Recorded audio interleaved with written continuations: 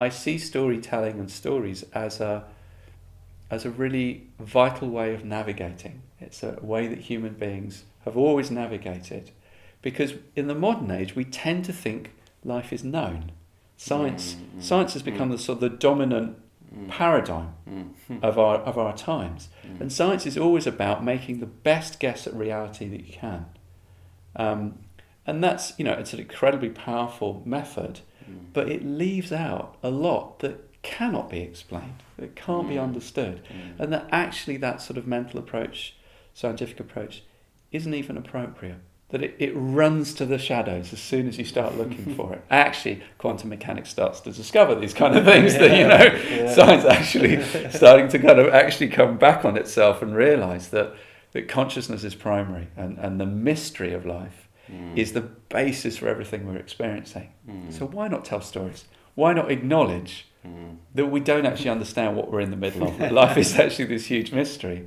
And then stories becomes a playful way of exploring that mystery, of entering into it, accepting it, that we don't actually know what we're doing, what this world is for, or what we're here for. We don't know any of that. And if we can embrace that uncertainty, step into that, it's like the door of intuition opens, and what we're calling for comes through the door.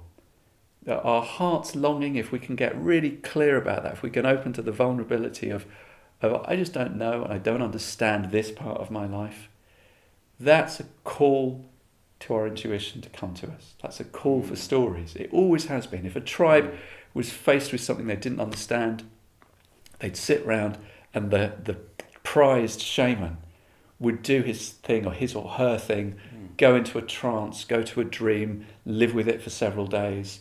And the tribe would be supporting that. They'd maybe be drumming and dancing and wanting that revelation to come. Well, we can do that for ourselves. We can do that now. That's what intuitive storytelling is like a modern day invitation to. That don't just live with the suffering, but inquire into it.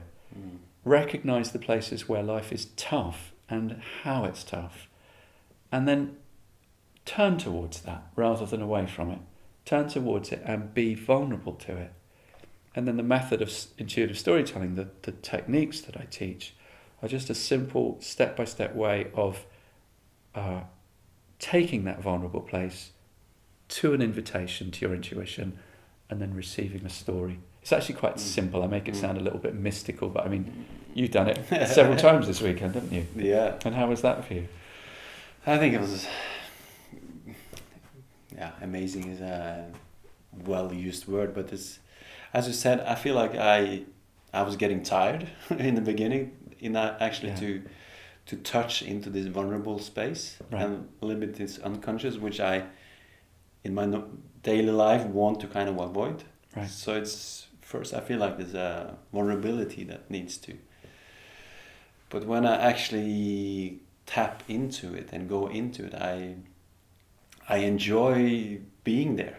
Right. I enjoy to tell the story, because I don't know actually what's coming out of my mouth.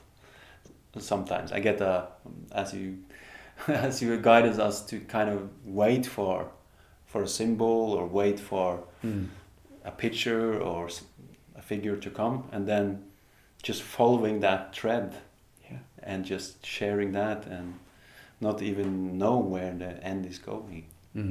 But then it has some magic in it when I dare to trust, when I dare to be vulnerable, right, and also not take myself so serious. Yeah. Like have play with it and fun with it. Yeah. So then I really enjoyed it, and really I feel like I got a new language to tap into this. Right. And I'm grateful for that.